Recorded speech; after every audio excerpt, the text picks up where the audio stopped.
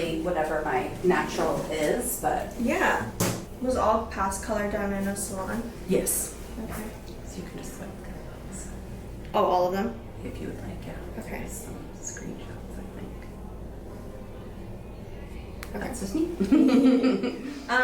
So what do you like about those two photos? Because they're really different from Right, each the other. one, I think it's just more that I like, I mean, I want to be natural eventually. Yeah. And so, but this is like, I hate this. So, I like them both, but it's just more like whatever we can do to kind of match this or have it just be easier while it's growing out. Totally. You know, Yeah. if that makes sense. And Yeah. because I know, you know, we kind of are dyeing it dark and then bleaching it. Yeah. And so I was like, well, I don't know that makes sense if I don't really want to Do it because I just anymore. would rather do this. But then I found some of these things online where people are doing these kind of gray transitions or fully going gray, and you know, I don't have that expectation necessarily, but Okay. but Okay. I've been coloring it for over 20 years, and every 3 weeks because my hair grows quick, and I'm just done. Okay. So, Is this the lightest you've ever been blonde wise? yeah, I mean, there was like a little bit ashier color, like Did you like brighter. ashier color?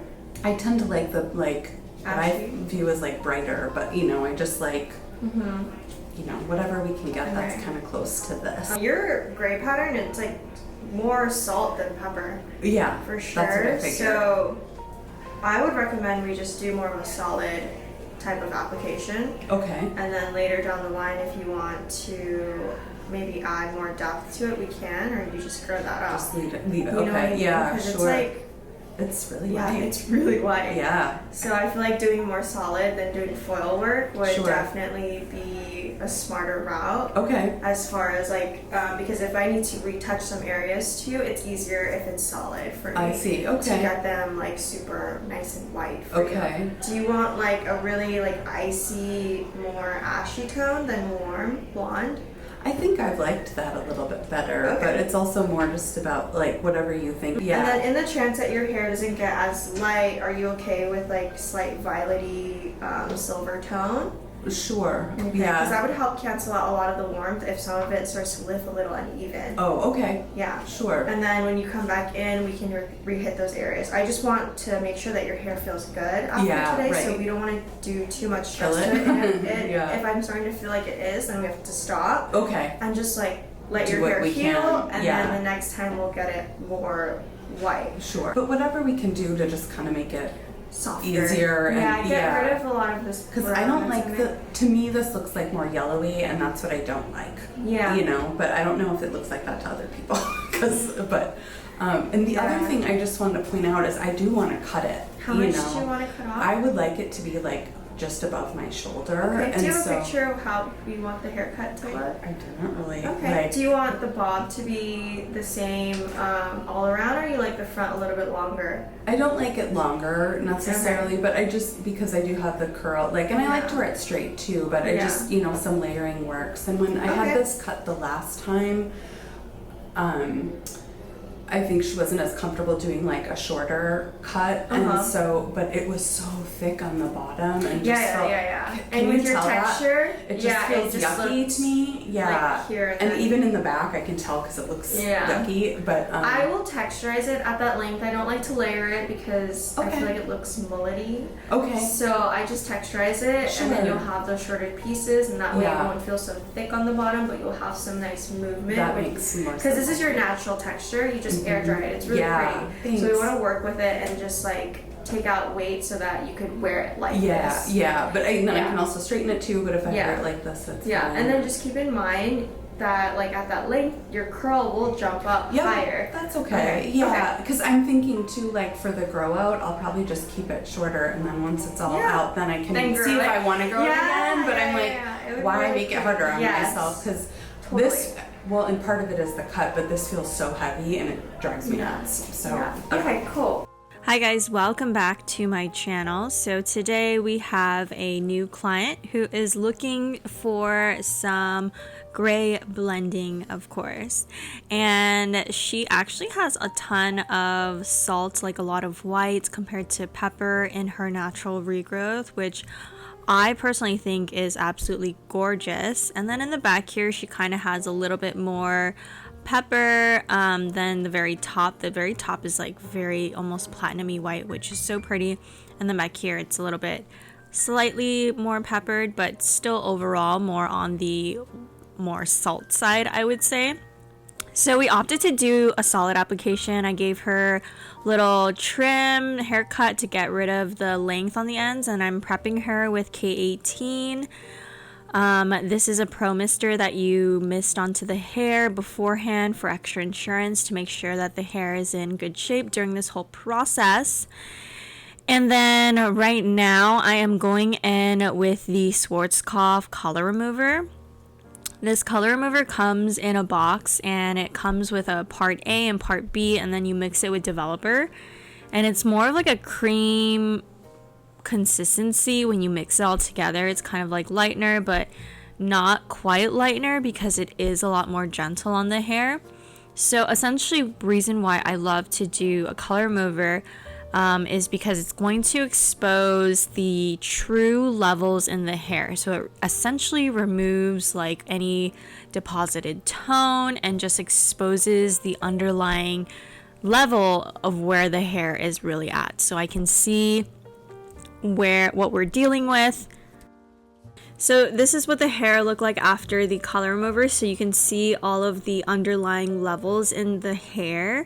And now when I go in with lightener, I can see exactly what level each section is, because the reason why this correction is going to be a little bit more on the intricate side, a little bit more detail oriented, is because she has a lot of small highlights towards the top of her head. In the back here, it's pretty solid.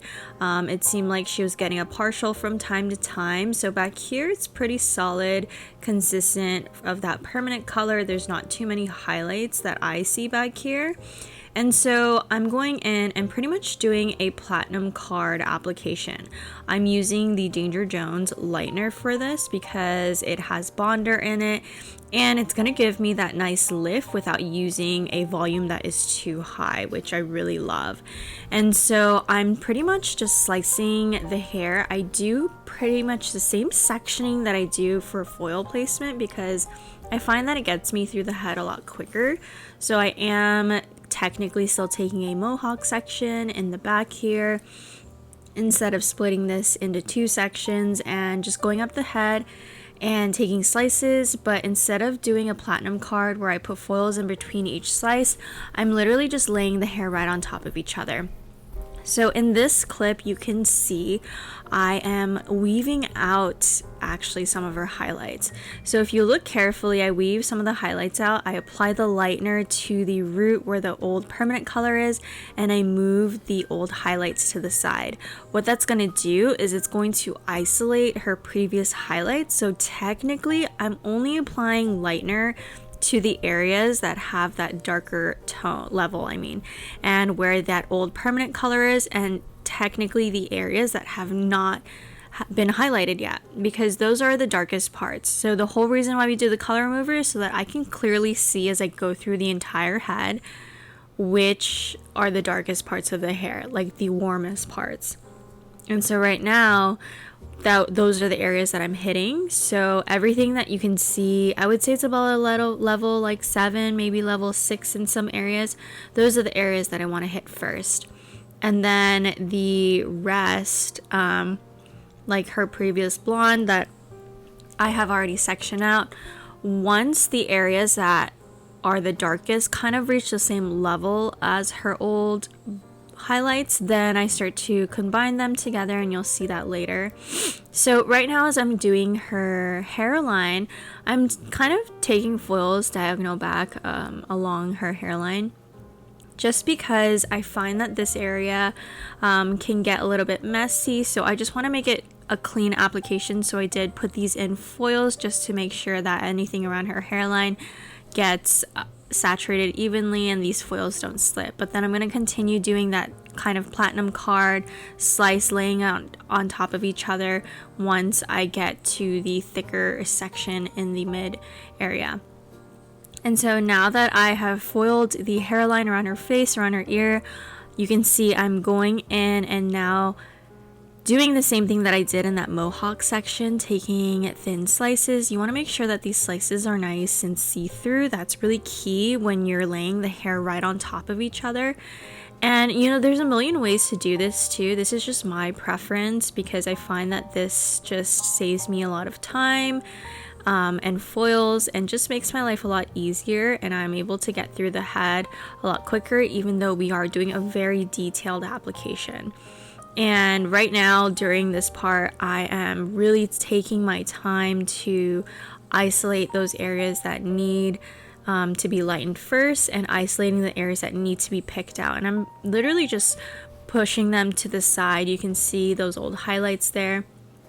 And it's just really to try and get everything as even as possible, because she had a lot of pre-existing dimension. And also, guys, when I was going through this, some of them is kind of like baby lighted, some of it is like pretty woven. So I really took extra time and detail to make sure that I tried to pick out every single highlight as much as I could to my best ability.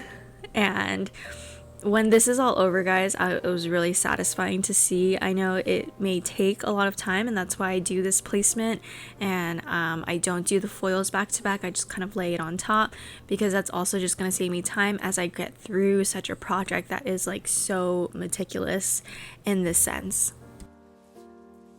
And you probably noticed from the other clips I didn't hit her root, because that virgin root is going to lighten really fast. I'm sorry this clip is extremely dark and hard to see, but what I'm doing in this clip is hitting her root. So some of the ends were rinsed out because they were ready, and so right now I'm just going in and hitting her root with 20 volume to kind of catch everything up. And then here's just a quick clip of her roots processing, as the ends have already been rinsed out. So even though we're doing like a global application, I always love to do a shadow root, even if it's just like a level difference. It just gives it a little bit of dimension, so that it doesn't look flat, in my opinion. So I just prefer doing a shadow root. For her shadow root, I'm using the Danger Jones gloss toners, and I chose to use 8-01. I didn't want something that was going to be too like grayish or anything like that, but the 8-01 is more of like a natural ash tone, so it's a very balanced ash, and I love it because it gave the perfect amount of depth without making it too like blue or purple or anything like that. And then I went in with the Danger Jones artistic toners. So right now I'm applying the artistic toners. I did like violet blonde and some silver, and then I applied that all over, and just keeping an eye on it because the artistic toners do tone quite quickly, and you don't have to leave them on long for them to tone either. So it's just kind of whenever I liked the tone, and kind of what I'm looking for too as I am toning her hair is something that is going to make it not too gray or silvery, but more just like really platinumy, because we're going for more of like a brighter blonde than something like too gray or anything like that.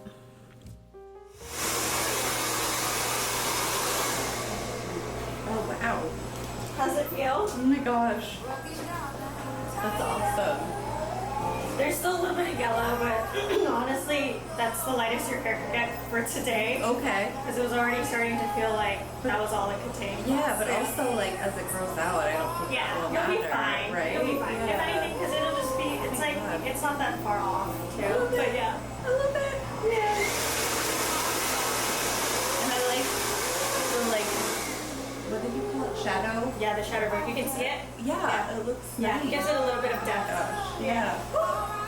You did it! I don't know how you can be like so on it for that long. But those blonde pieces, that was the dark in between your old highlights. Okay. I tried to even add as much as possible. Like the yellow pieces, you mean? Okay. No, the dark in between the highlights. Oh, I see. Because I was still lightening them, and then once I felt like they were kind of ready, so it was hard to get all of them. Yeah. Then I put the blonde, and then once that blonde, because it's already so light, because it's your old highlight. Yeah.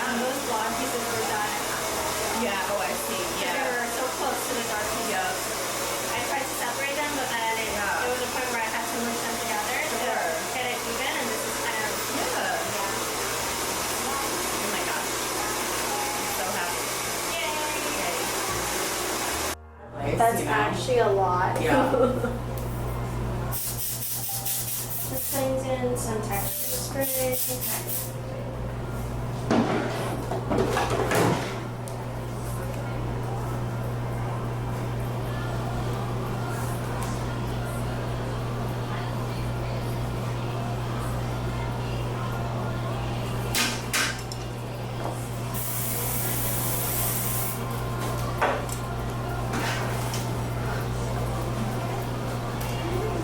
Oh my gosh, yay!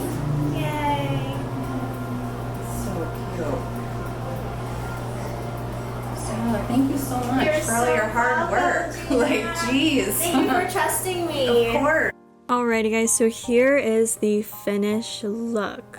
I absolutely loved it. Her hair got really even, and we already know just by the way that it looks it's going to fade so well with her natural gray. I mean, she does have a little bit of warmth on those mids and ends from her dimension in between the highlights, but you guys saw I did my best in trying to pick them out and just trying to get it as even as possible considering her color history and what we were working with. And overall I feel like this is just gonna fade really well, and I probably won't see her again unless she wants to maybe add some depth into her hair or maybe like retone it. But other than that, I feel like this is going to fade and grow out so perfect against her natural gray. Alrighty guys, that is it for this week's episode. Thank you guys so much for watching and tuning in, and as always, I will talk to you guys next week.